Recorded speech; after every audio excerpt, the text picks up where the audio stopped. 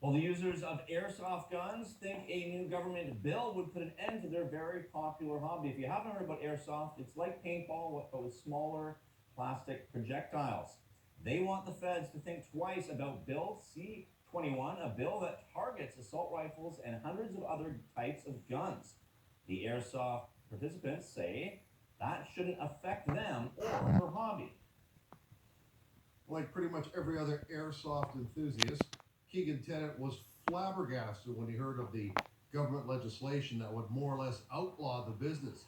He says airsoft usage and the game itself is basically glorified tag.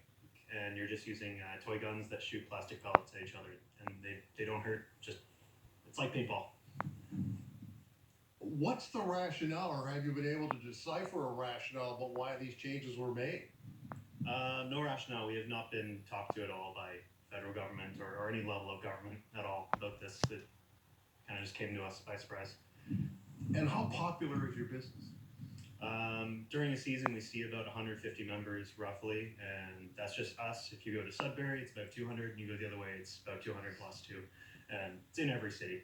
Business partner and enthusiast Andrew Mitchell, equally shocked by this government legislation. He has absolutely no idea why it's going the way it is. So right now we're working with Airsoft in Canada, which is kind of the central hub where businesses are getting together to help fight this bill.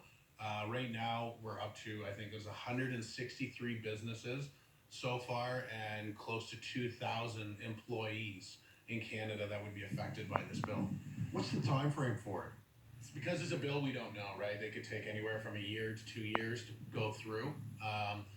First reading happened 2 weeks ago, and now they're under their second reading, and then the third reading, whatever, how that process goes. But this would absolutely put you out of business. Oh, it would crush the industry across Canada.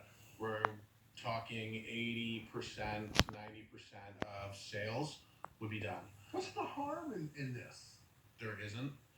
There really isn't. I mean, it's literally a toy gun that shoots little cornstarch 6mm BB.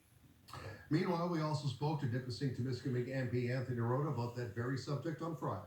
Personal angle, I think they have a valid point. The idea from the government is to provide more safety for Canadians and make sure that when you're out there, you don't have to worry about being shot. And that's basically what it comes down to.